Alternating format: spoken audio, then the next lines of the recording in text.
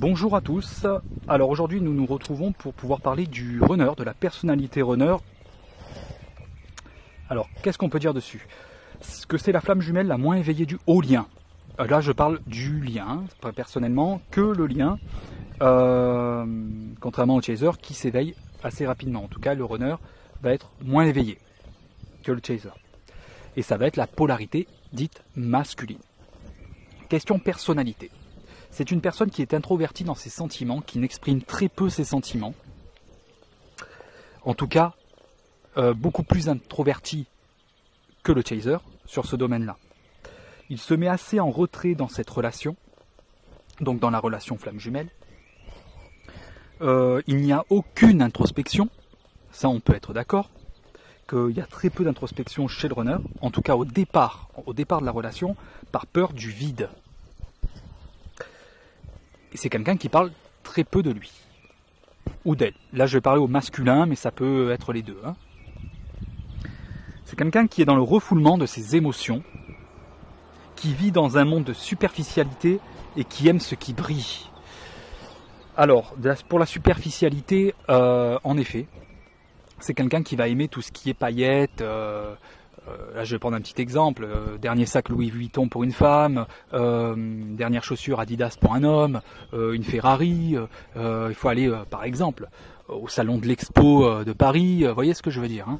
Donc, c'est quelqu'un qui va être très porté sur la superficialité et également sur la matérialité. Ça, par contre, c'est tout l'inverse pour le chaser.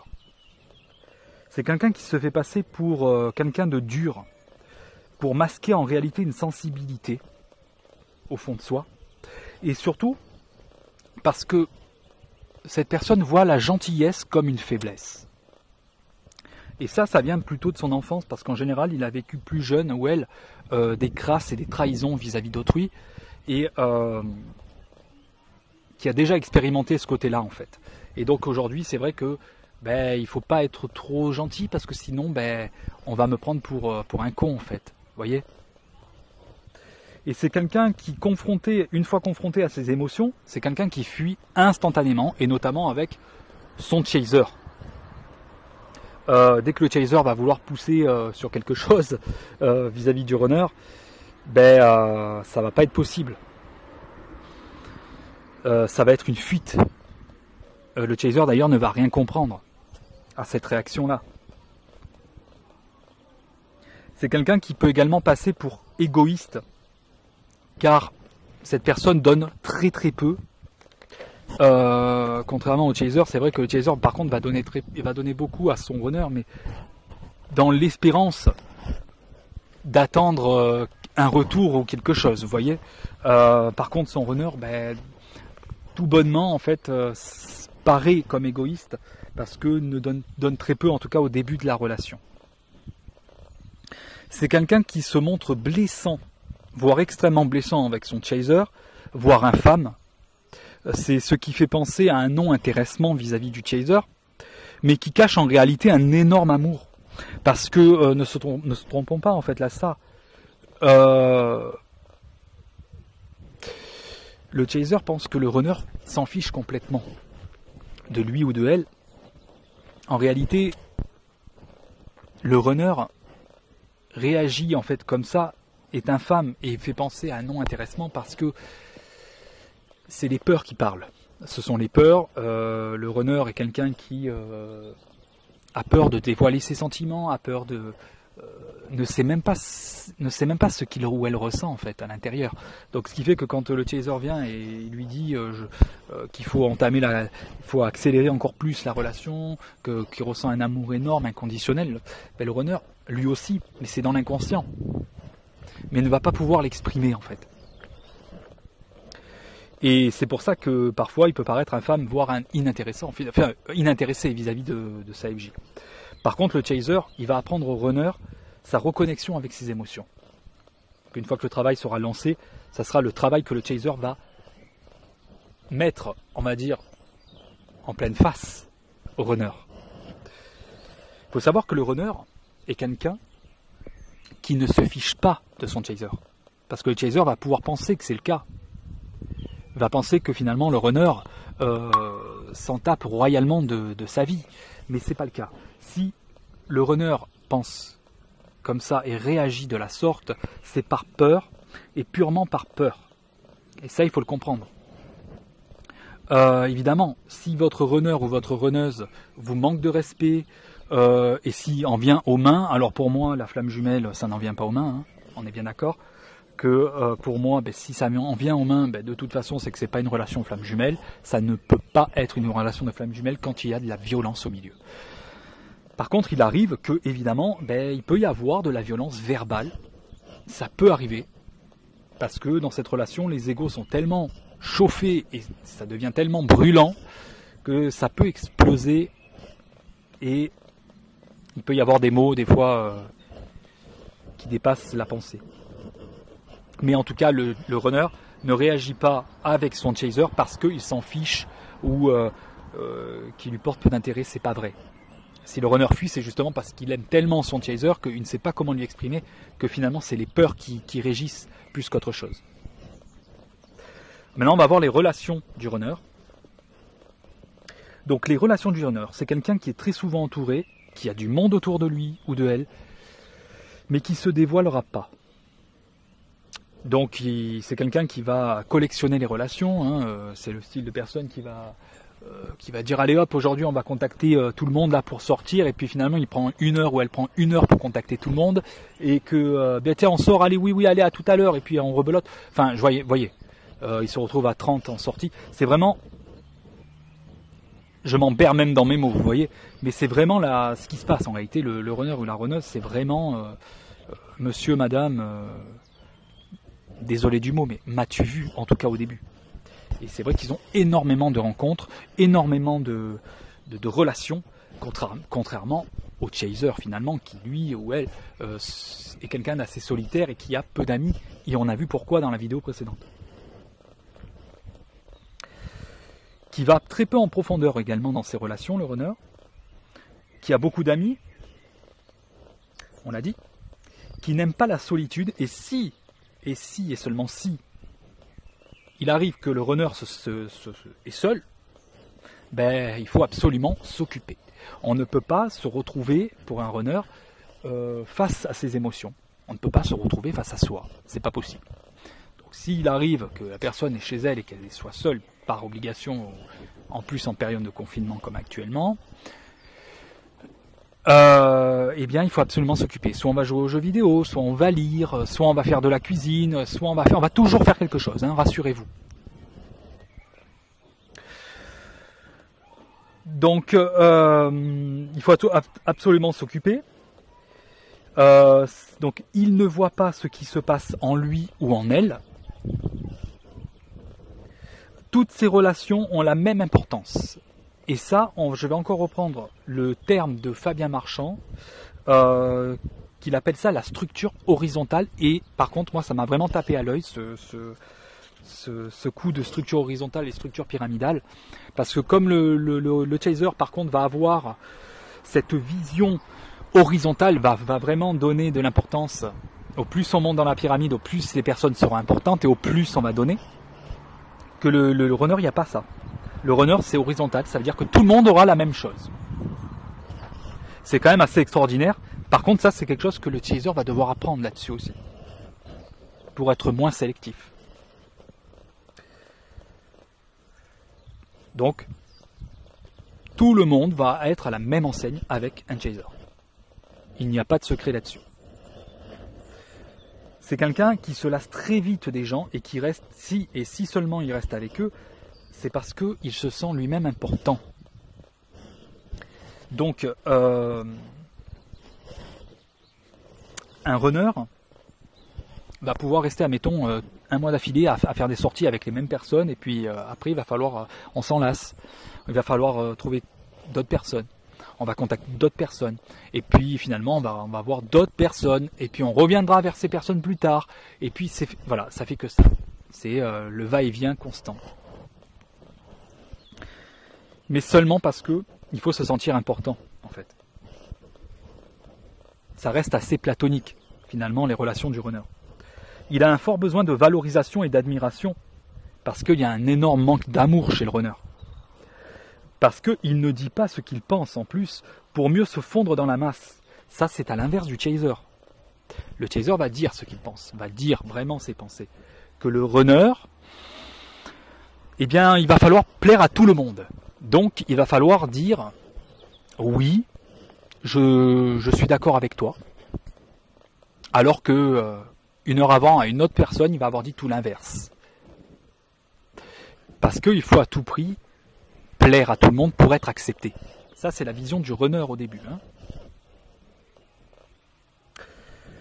Il ne dit pas ce qu'il pense, hein, donc on l'a dit.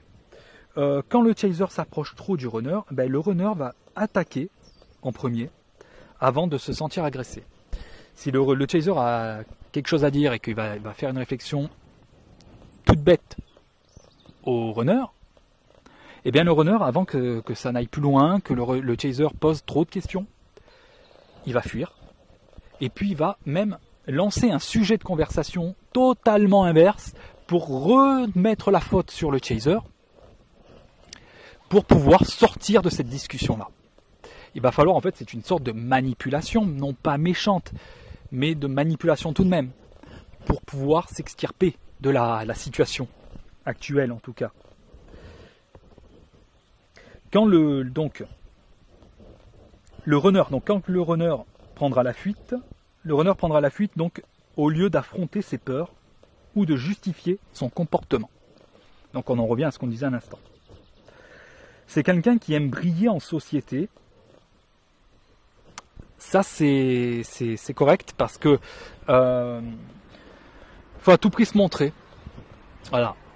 Alors attention, il n'y a rien de péjoratif là, ce que je dis. Hein. Ça n'est pas une critique vis-à-vis des runners. C'est pareil pour le chaser. Le chaser aussi doit apprendre énormément sur ses blessures. Mais là, je suis obligé de faire les détails sur les profils. Hein. Donc c'est, il n'y a rien de péjoratif. Il a peu connu de couple. Et s'il en a connu, il n'y avait pas d'engagement. Soit le runner a connu le couple, et dans ce cas-là, le couple s'est fait. Et malheureusement, il y a eu tromperie souvent. Soit il y a eu un couple, mais ça s'est resté très platonique, il n'y avait pas d'engagement, il n'y avait rien du tout, et ça en est resté là. Mais en tout cas chez les runners, il y a très peu de runners qui disent que après avoir travaillé, c'était des gens très sérieux dans leur couple avant la rencontre. De toute façon, à partir de la rencontre, le runner va toujours être confronté à des rencontres, il va avoir des couples, et il va malheureusement être plus apte à rencontrer des genres de personnes perverses narcissiques, plus que le chaser, parce que justement il doit apprendre à s'affirmer. Et la vie va certainement, malheureusement, lui mettre en face de lui ces genres de personnes pour pouvoir prendre conscience que finalement, déjà, il aime plus que tout son chaser, et que en plus de ça, il doit être confronté parce qu'il fuit à la base, et il doit être confronté à ses propres émotions.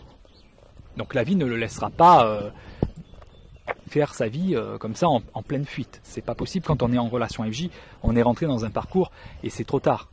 Hein, c'est fini. On ne peut plus s'extirper de ce parcours. Donc, c'est quelqu'un qui est également très peu connecté à ses émotions. Au départ de la relation, il ne va pas identifier cet amour avec son chaser. Il ne va pas savoir de quoi il parle, il ne va pas savoir expliquer, alors que le chaser, lui, très vite va commencer à dire oui, il y a quelque chose qui ne va pas, je ressens ça, je suis pas bien, nani, nanana. Le runner, à contrario, va voir la personne comme quelqu'un de très proche, voire quelqu'un de sa propre famille, mais en tout cas pendant la lune de miel et après la lune de miel jusqu'à la fusion, enfin la relation fusionnelle, ne va pas forcément s'impliquer à penser que c'est de l'amour. Il va vraiment voir cette personne comme une relation incroyable. Voilà, il va juste dire ça. Par contre, à partir du moment où il va ressentir des choses vraiment très bizarres, c'est à partir de là où l'éloignement va commencer, parce qu'il sera impossible d'expliquer ça. Et ça va être pris comme un danger, en fait, au vu du runner. La solution pour, en tout cas au début, le runner, c'est de fuir. mais pas au début de la relation, parce que le runner ne va pas pouvoir mettre de mots encore au début de la relation. Alors maintenant, on a vu les relations, on va voir la façon dont il voit son jumeau ou sa jumelle, donc son chaser. Le chaser va penser que de suite, le runner s'en fiche complètement, et on va voir que ça n'est pas le cas, parce que en réalité, le runner aime énormément son chaser, mais il ne peut pas lui avouer, par peur. Il va préférer ne rien voir et ne rien entendre, se mettre des œillères et de mettre ce fameux bouton on-off. Là encore, une belle citation de Fabien Marchand. Je veux dire, pour le coup, il a trouvé les mots justes en fait, parce que c'est exactement la vérité. Le runner va avoir la possibilité de mettre bouton off quand on ne veut plus rien entendre, et on quand on veut rallumer la lumière. Donc en gros, ça c'est quelque chose que le chaser n'a pas. Le chaser, ça n'est pas possible qui peut se déconnecter de ses émotions à la demande. Ça c'est pas possible. Le chaser va mentaliser, même trop, à défaut, il va devoir travailler sur ça. Par contre, le runner, au début, le chaser ne comprend pas, au contraire, en tant que chaser, au début, on a tendance à dire c'est quand même assez ennuyant, emmerdant, désolé du mot, parce que finalement, on aurait préféré que ça n'existe pas, ce fameux bouton, pour remettre notre runner, ou notre runneuse, face à leurs responsabilités. Mais oui, mais au début, ils ont quand même cette faculté-là de se couper de leurs émotions. Dès qu'il y a quelque chose de très souffrant, c'est un mécanisme de défense qui fait qu'ils peuvent se déconnecter temporairement de leurs émotions, temporairement. Parce qu'il va toujours avoir des brides de moments, en fait où ils vont se retrouver à penser à leur chaser énormément. C'est pas définitif. Ils aiment autant leur chaser que ce que leur chaser les aime à eux. Ça, il faut le savoir. Il n'a jamais appris à s'introspecter. Donc il ne connaît pas ce que c'est de s'introspecter, il ne sait même pas qu'est-ce qu'une émotion, en tout cas de mettre le doigt dessus. Paradoxalement, nous allons voir que le runner est bien plus que le chaser dans l'amour inconditionnel. Alors là, je vois beaucoup de gens qui disent oui, mais c'est pas possible. Mais si, c'est totalement possible, puisque le chaser va sélectionner en fait. Le chaser, lui, va sélectionner. Comme on a dit, sur la structure, il va se baser sur sa structure pyramidale. Donc il va donner au plus, on monte dans la structure, dans la pyramide, et au plus il va donner. Mais la personne qui est tout en bas de la pyramide, la société, les gens, il va passer à côté, mais il va s'en fiche, il va s'en foutre. Pour lui, c'est le dernier de ses soucis. Par contre, il va tout donner aux personnes plus haut. Il va donner vraiment tout aux personnes au sommet de la pyramide. Le runner, étant donné qu'il a une structure horizontale, il ne va pas voir les choses de la même manière. Il va donner à tout le monde. Donc, le runner est bien plus proche de l'amour inconditionnel que le chaser qui est plutôt dans un amour conditionné, à défaut de, on va dire, plutôt de choix, un amour de sélection finalement. Voilà. Et ça, le chaser va devoir travailler ça. Il va falloir que bien sûr, en tant que chaser, on ne va pas nous demander d'être dans la structure, de passer de la structure pyramidale à la structure horizontale. Mais au moins, de prendre des exemples sur cette structure horizontale pour pouvoir arriver justement à être ouvert à tout le monde et à aimer tout le monde. Et sur ça, le runner, c'est pas forcément un défaut. Même si aujourd'hui, en tout cas avant le travail, c'est un défaut, puisque finalement, le runner, malheureusement, va un peu se coucher vis-à-vis de la vie des gens. Et donc, s'il fait ça, c'est parce que, justement, il veut être aimé de tous. Donc, c'est pas forcément dans le positif. Mais, le principe même d'aimer autrui, et d'aimer et de ne pas faire de différence vis-à-vis de telle ou telle personne, c'est plutôt un avantage. Donc s'il fuit, c'est qu'il reçoit en face de son jumeau des vagues d'émotions incontrôlables. C'est tellement incontrôlable qu'il n'a pas le choix pour lui au début de fuir. Il se sent incapable de satisfaire les besoins du chaser, parce qu'il faut comprendre qu'il ne se sent pas à la hauteur face à son chaser, et il se sent inférieur. Donc en fait, quand des fois le runner il y a des chasers qui disent oui, mais mon runner m'a manqué de respect, il m'a mal parlé. Il faut savoir que des fois, il se sent tellement inférieur. Il a ce complexe d'infériorité face à son chaser. Il voit tellement son chaser comme un diamant au fond que il va se dire mais moi je suis nul. Et donc des fois effectivement, il va pouvoir, pour se dire et se prouver qu'il peut passer au-dessus de son chaser, lui un peu lui bouffer le foie, finalement le bouffer tout simplement, il va peut-être rentrer dans ce jeu un petit peu ce jeu de la vie qui fait que il va se montrer pas violent, mais il va créer des situations de mainmise sur son chaser pour pouvoir lui montrer que finalement il est puissant aussi. En réalité, c'est un faux raisonnement, on est d'accord, hein. Mais c'est pas forcément parce qu'il vous aime pas ou qu'il a envie de vous dominer. Non, c'est par peur, encore une fois. Et quand il rejette le chaser, ben c'est évidemment un déchirement, c'est pas un plaisir, hein, on est d'accord. Donc ça, c'est de la façon comment il voit son jumeau. Donc là, on a vu que finalement, il n'y avait rien de... Voilà. On vous montre que finalement, il y a un désintéressement total, mais en réalité, ça n'est pas le cas. Alors maintenant, on va voir quand même un peu le chaser hier.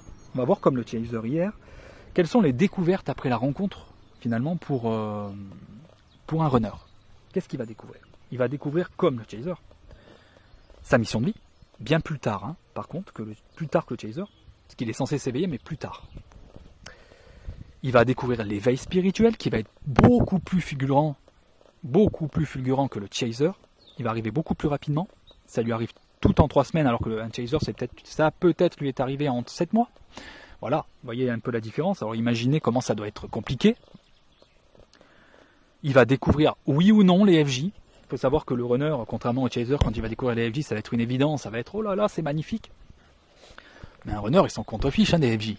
À la base, voilà, comme on disait tout à l'heure, c'est la matérialité, c'est le monde 3D, les FJ, les anges, les archanges, la source divine, au début, c'est le dernier de ses soucis, hein, pour le coup. Mais après, avec l'éveil, oui, on s'éveille à ça. Ça paraît fou de dire qu'un runner va s'éveiller, mais oui. Mais en tant que chaser, il va falloir un peu y croire aussi, hein. Donc ça, c'était le principal, mais la principale découverte, en tout cas, par contre le chaser n'avait pas, lui, c'est la découverte de son intériorité, de ses émotions et de ses peurs. Puisque il va falloir, pendant l'éveil, il ne va pas avoir le choix d'aller en profondeur, d'aller scruter ses peurs, d'aller scruter son intériorité, de voir pourquoi il a peur, quelle est la blessure. Je peux vous dire, hein, dès qu'ils auront fait ça, ils auront fait 50% du travail, voire même 60%. Donc ça sera les principales découvertes, en tout cas, du runner. Alors, qu'est-ce qu'on peut dire au runner après? À la fin, là, pour conclure, ben, on peut dire, en tout cas, au runner, si vous êtes runner, que vous m'entendez, ben, qu'il faut accepter d'aller voir à l'intérieur de vous, en tant que runner. Parce que si vous voyez cette vidéo au début de votre relation, que vous tombez par hasard, vous dites, qu'est-ce que c'est que ce bazar, c'est quoi cette vidéo là qui me parle, mais que finalement, c'est quoi ces dingues là qui parlent, qui commentent, qui parlent de flammes jumelles, et que vous êtes ouvert, ben, gardez ça à l'esprit, que allez voir à l'intérieur de vous. Alors même si c'est compliqué, que c'est dur, que c'est... Voilà, je le sais, c'est pas une partie de plaisir, hein, la relation de flammes jumelles. Mais il faut quand même commencer à vous connaître, à aller voir à l'intérieur de vous. Certes, c'est une peur, mais sachez que vous avez voulu ça. Avant l'incarnation, vous avez voulu venir avec votre chaser. Donc il faudrait aller voir à l'intérieur de vous, qu'est-ce que vous pensez, qu'est-ce que vous aimez, qu'est-ce que vous ressentez. Il faut aussi que vous arriviez à vous positionner vis-à-vis des autres, à dire non quand il le faut, à dire vos envies aux gens, et ne pas forcément vouloir les suivre pour vous faire accepter. Parce que se faire accepter, c'est bien quand on dit la vérité, mais se faire accepter par obligation finalement intérieurement, pour se dire que finalement ben, on sera plus appréciable. Là, c'est pas du tout une qualité, c'est plutôt une soumission.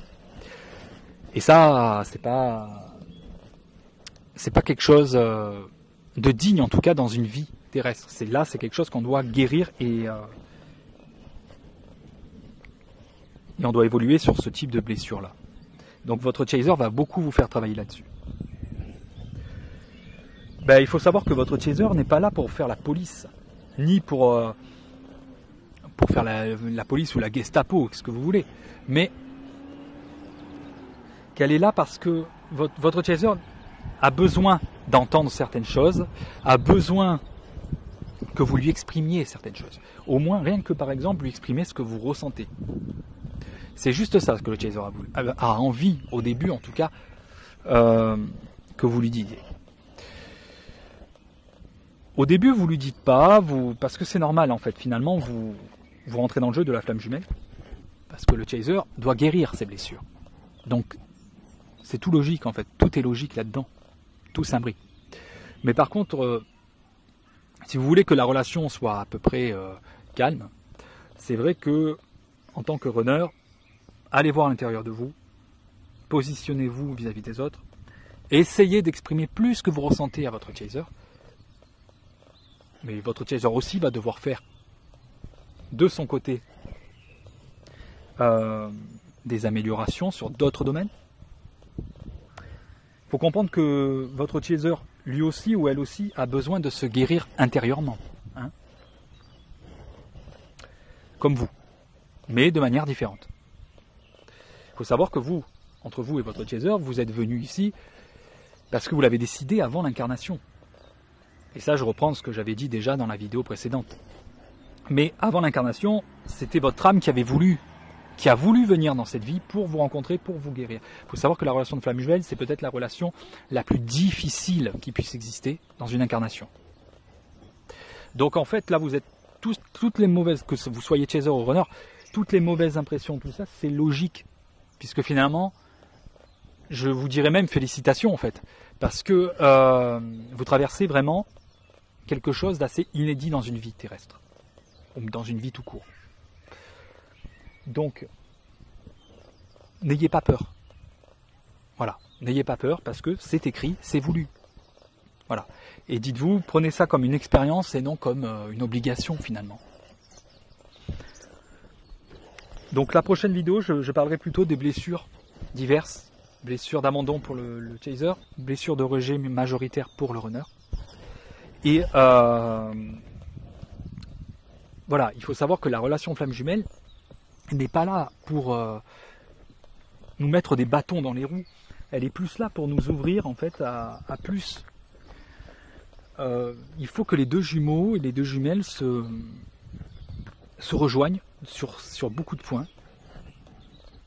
Et pour ça, ils doivent passer par la nuit noire de l'âme, par toutes ces étapes qu'on parlera dans d'autres vidéos également. Et on ne peut pas en fait rester... de toute façon, on ne peut pas, à la base, à partir de la rencontre, on ne peut plus faire semblant. Il y a l'avant-rencontre et l'après-rencontre. C'est en fait une double vie dans une incarnation, la relation de flamme jumelle.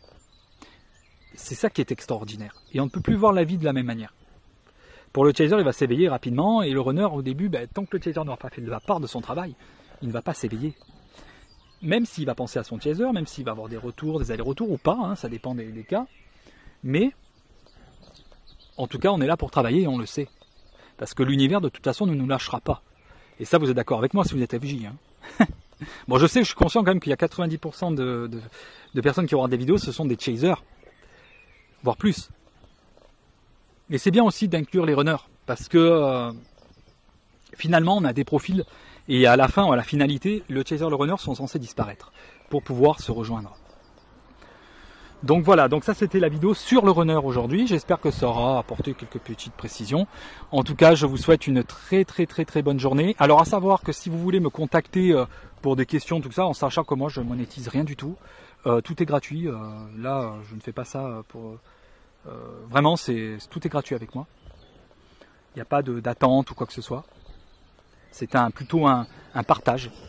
Si vous voulez me contacter, vous pouvez me contacter tout en sans accent à Régis 74 Sanchez SANCHEZ @gmail.com. Donc si vous avez des questions, d'avoir des questions ou qu'on puisse échanger sur les parcours, tout ça, il n'y a pas de souci, je suis ouvert à ça. De toute façon, on a tout notre temps. Actuellement, moi je suis en confinement, donc vous voyez, voilà.